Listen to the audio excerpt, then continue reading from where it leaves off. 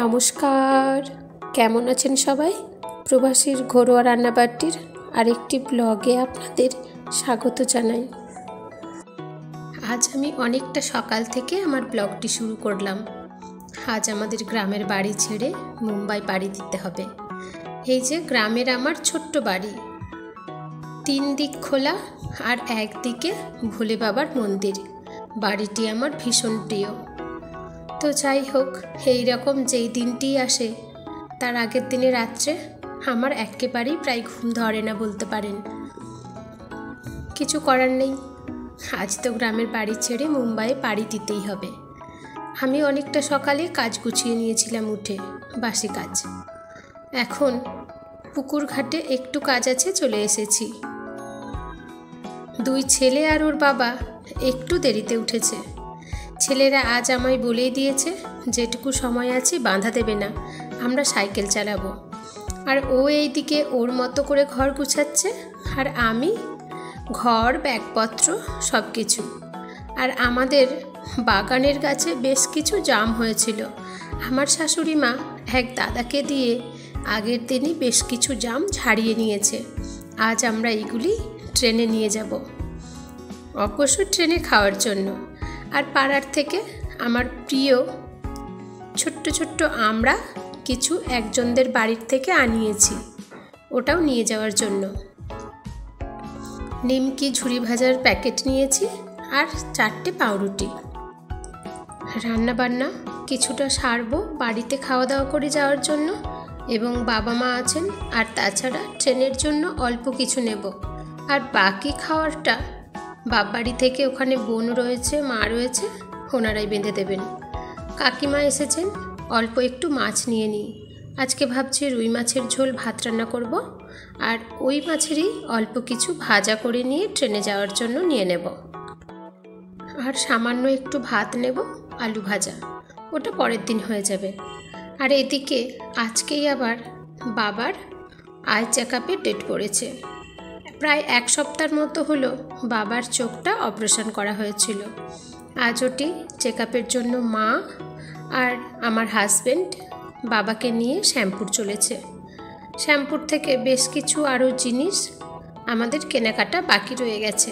বাকি বলতে ওই টুকিটাকি, একটু মিষ্টি, একটু ফল, আর লিচুর সিজন, একটু লিচু নেব। 2 ছেলের কারো তো পাত্তাই নেই, কোথায় যে সাইকেল চালিয়ে বেড়াচ্ছে কেই বা জানে। চলুন আমি রান্না বান্না সেরে নিই, আর বেশ কিছু গোছগাছ করাও এখনও বাকি রয়েছে।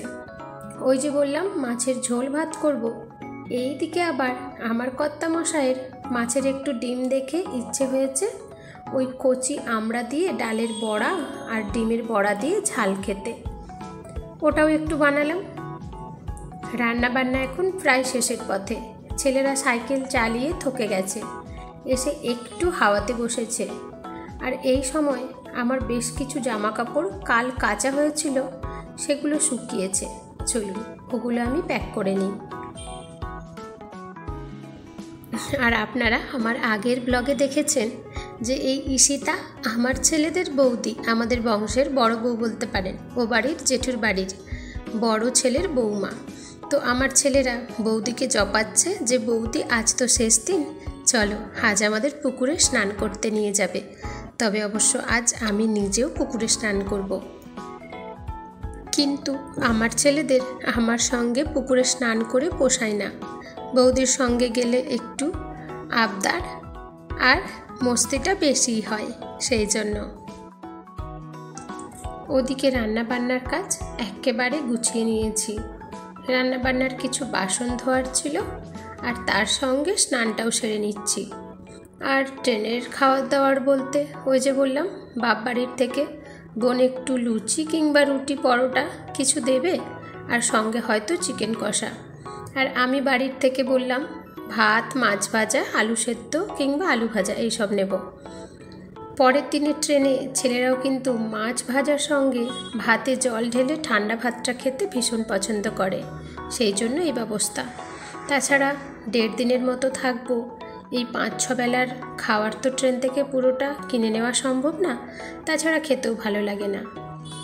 স্নান সারা হয়ে গেছে প্রায়, চলুন আজ একটু শেষবারের মতো সাঁতার কেটে নিই। আবার কবে পুকুরে স্নান করব কেই বা জানে। স্নান সারার পরে আমি একেবারে প্রায় বলতে পারেন রেডি হয়ে নিয়েছি। আর এইদিকে শ্যামপুর থেকে বাবাকে চেক আপ করিয়ে ওনারাও বাড়ি ফিরে এসেছেন। ওনারা স্নান করছেন, আর ওই যে বললাম একটু মিষ্টি, ফল, লিচু ট্রেনে খাওয়ার জন্য এবং ওখানে নিয়ে যাওয়ার জন্য ওগুলোও নিয়ে চলে এসেছেন উনি। তো মিষ্টিগুলো বেশ গরম, ওগুলো আমি একটু খুলে ঠান্ডা করে নিচ্ছি। এখন ছেলেদেরও স্নান সারা হয়ে গেছে। এদিকে মা আর বাবার সবার স্নান হয়ে গেছে। মা বাবাকে ভাতটা বেড়ে বাবার ঘরে দিয়ে এসেছেন। আর চলুন আমরা খাওয়া দাওয়া সেরে নিই। আর মাছের ডিমের বড়া আর ডালের বড়া দিয়ে কচি আমড়ার ঝালটা আজ দুর্দান্ত হয়েছে, আমরা ভীষণ পছন্দ করি। আর মাও বলল আজ বড়ার ঝালটা খুব ভালো হয়েছে, হয়তো এতটা তরকারি খাওয়া যাবে না, কিছুটা রেখেই যাব। আর ট্রেনে নিয়ে যাওয়ার জন্য ভাত আমি ভরে নিয়েছি, ওদিকে বেশ কিছু বড়া ভাজা আর মাছ ভাজা।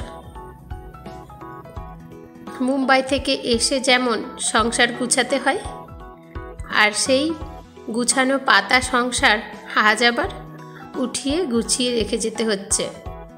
দিদি অবশ্য বলেছিল যে আমায় কিছু গুছাতে হবে না, আমি যেন সব কিছু জিনিস অমনিই রেখে চলে যাই, উনি বাপবাড়ির থেকে এসে গুছাবেন।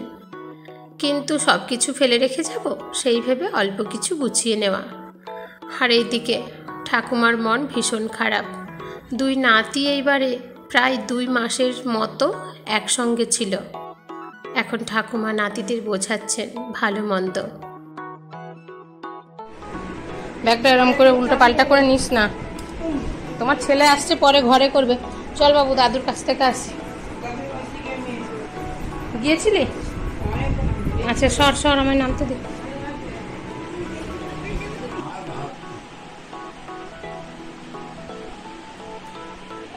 আর বেশি চিল্লাবে না, চোখের ক্ষতি হবে।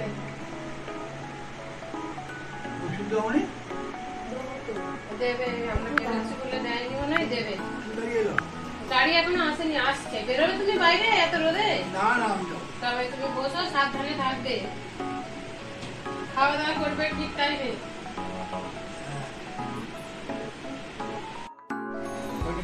ও জেঠু আসছি গো, খেয়ে শুয়েছ? খেয়ে দিয়ে খাওয়া দাওয়া করে শুয়েছ? আচ্ছা আসছি, হ্যাঁ ভালো থাকবে। বড় মা কই? ওই তো ওখানে। ও দিদি আমাদের ছবি তুলে দে, আমরা তোদেরকে দেখতে। হ্যাঁ খাই গেছে, খাই গেছে তো। ও বাড়িতেও জেঠু, বড় মা এবং দিদি সবার সঙ্গে দেখা করে চলে এসেছি। চলুন বাবা শিবকে প্রণাম করে স্মরণ করে এইবার দুক্কা দুক্কা বলে বেরোই।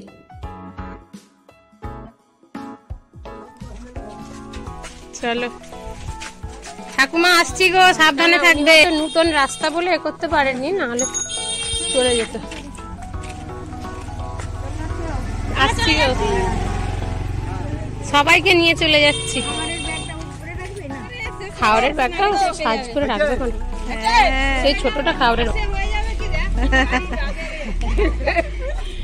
সোখা সখী দাঁড়াও, চলে যা।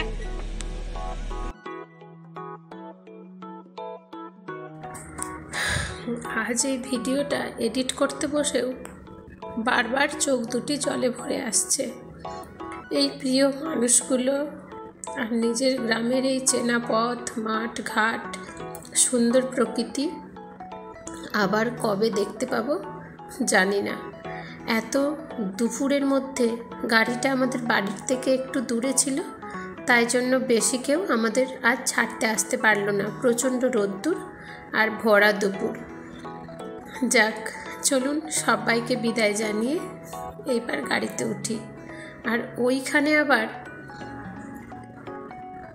আমাদের পুচকু বুড়ি সায়ন্তিকা, ওর মামার বাড়ি আমাদের গাড়ির পথেই পড়বে। ওখানে ও রাস্তার ওপর দাঁড়িয়ে আছে। শেষবারের মতো 2 দাদা আর জেঠু বড়মার সঙ্গে দেখা করার জন্য। ওদের সঙ্গেও দেখা করতে হবে, চলুন।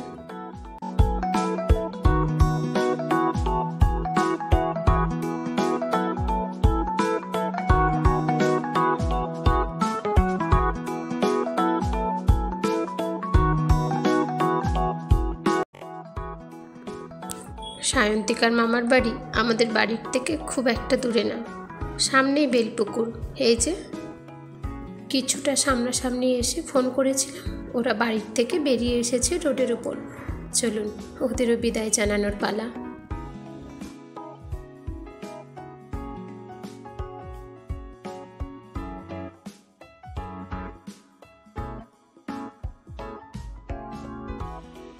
আমরা একটু চেষ্টা করেছিলাম ছোটদের সঙ্গে দেখা করতে, কেন কি এই রাস্তাতেই আমার ছোট ননদ অর্থাৎ ছোটদের বাড়ি পড়ে, কিন্তু কোনো কারণে সেটা আর হয়ে উঠল না। এখন চলুন সোজা যায় বাপ বাড়ির পথে। আজ ভাইরাও বেরোবে, ওরা আমাদের সঙ্গে এই গাড়িতেই হাওড়া পর্যন্ত যাবে, ওখান থেকে ওরা দিল্লির ট্রেনে, আমরা মুম্বাই। মা আমার জন্য যা কিছু রেখেছিল ওগুলো চলুন। বাবারে, আর ওম কোথায়? ওম কই? নে নে ভাই, রেডি? দুষ্টু সোনা, দাদুকে প্রণাম করেছিস? আসছি আবার না,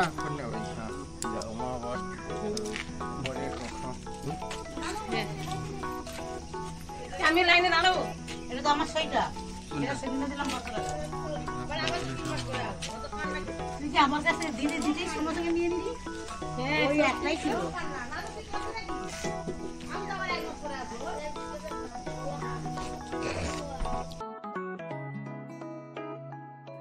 মায়ের মুখখানা দেখতেই পাচ্ছেন, ওদিকে আমিও তাকাতে পারছি না। মায়ের মন ভীষণ খারাপ। আর এদিকে মিষ্টু আর দুষ্টু রইল মায়ের কাছে। ওম আর ওমের ওপরের দিদিকে নিয়ে ভাই আর মধু চলল দিল্লি। মা দিদা তো দূরের কথা, আজ বাবাও কেঁদে ফেলেছে। একসঙ্গে এতগুলি নাতি নাতনি, মেয়ে জামাই, ছেলে বৌমাকে আজ বিদায় জানাতে হচ্ছে। আসছি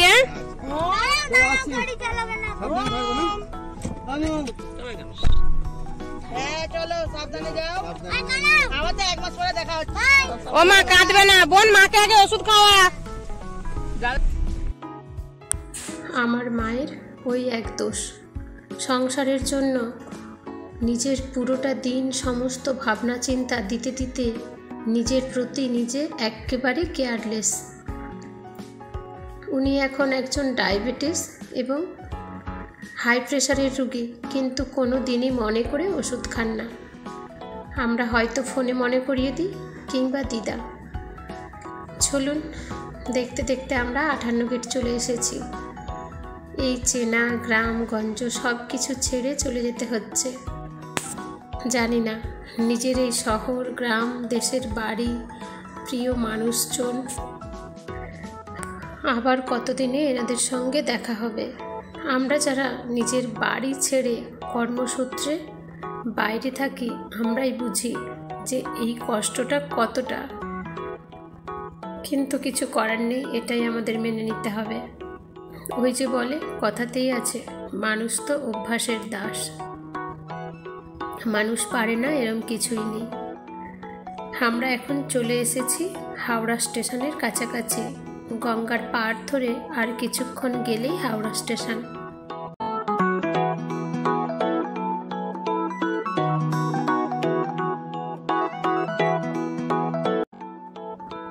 আজ আমরা অনেকটা অ্যাডভান্স চলে এসেছি। ভাইদের ট্রেন ছাড়ার পরে আমাদের ট্রেন আরও 1 ঘন্টা পরে ছাড়ার কথা, কিন্তু এতগুলো বাচ্চা নিয়ে আর রিস্ক না নিয়ে অনেকটা তাড়াতাড়ি আমরা বেরিয়েছিলাম। ভেবেছিলাম নদীর পাড়ে, মানে স্টেশনের বাইরে গাড়িটা পার্কিং করার কথা, কিন্তু তারপরে ভাবলাম এতগুলো বাচ্চা, এত ব্যাগ নিয়ে স্টেশনের ভেতরে আসাটা সম্ভব না। তাই ভেবে আবার স্টেশনের ভেতরেই গাড়ি নেওয়া।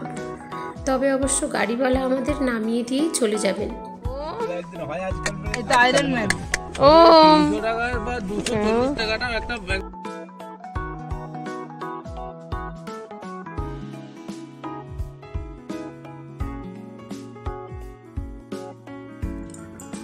যেটুকু সময় একসঙ্গে আছি দাদারা ভাই আর বনিকে ছাড়তে চাইছে না।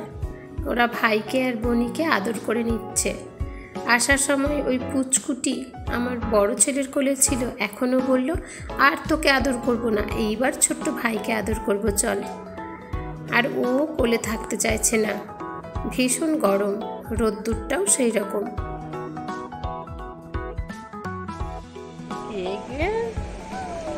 ওম ওম মাম মাম মাম মাম কই গো। সেই বাড়ির থেকে এত তাড়াতাড়ি সবাই খাওয়া দাওয়া সেরে ফিরেছিলাম, এখন সব বাড়ি খিদে পেয়ে গেছে। ভাই আর ও কাছে পিঠে কোথাও বেরিয়েছে একটু জুস, কেক বা স্ন্যাক্স টাইপের কিছু নিয়ে আসতে। এরপরে ভাই বলছে যে দিদি তোকে আর ভাগনাদের ব্যাগ নিয়ে তোদের ট্রেনের কাছে দিয়ে আসি, তারপর আমরা আমাদের ট্রেনের কাছে চলে যাব। চলুন। ও মার পুচকি আর মধুকে বাই করে আমরা চলে যাই আমাদের জায়গায়। তাহলে সে হোক, তোরা যা, তারপরে দেখবো কেন। মামুকে বলো আবার আমাদের বোম্বে আসবে, মামুকে বলে দে। কবে আসবি বোম্বে, কবে আসবি ভাই? মামুকে একটা বাপ্পি দিয়ে দে। ভাই ভাই বোম্বে কবে আসবি? চল ভাই, সাবধানে যা। চল।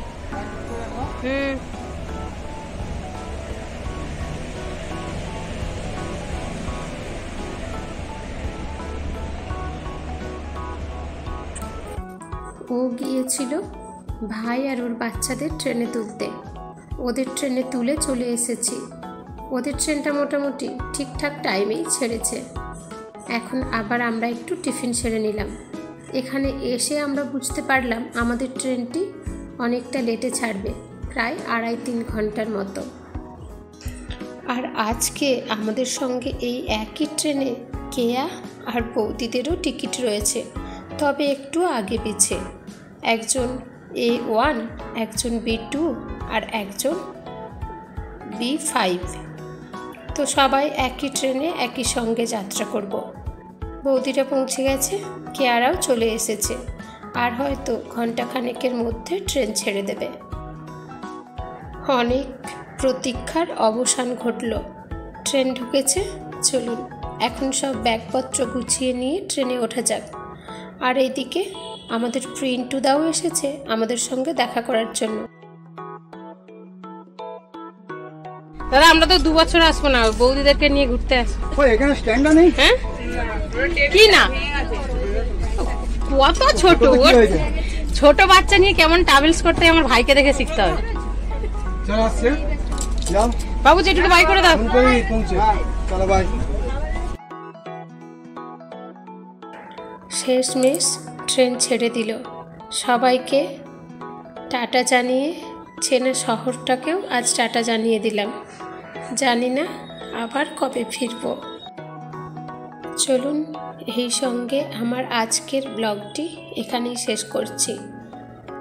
আমার আজকের ব্লগটি আপনাদের কেমন লেগেছে পারলে একটা কমেন্ট করে জানাবেন, ভালো লাগলে লাইক করে দেবেন। সবাই ভালো থাকবেন, সুস্থ থাকবেন। আপনাদের সঙ্গে খুব তাড়াতাড়ি দেখা হচ্ছে আমার আরও একটি কোনো নতুন ব্লগ নিয়ে। এতটা সময় আমার সঙ্গে থাকার জন্য অনেক ধন্যবাদ জানাই। আর একটি রিকোয়েস্ট, যদি নতুন বন্ধু হয়ে থাকেন প্লিজ চ্যানেলটি সাবস্ক্রাইব করে আমার পাশে থাকার জন্য অনুরোধ রইল। শুভরাত্রি।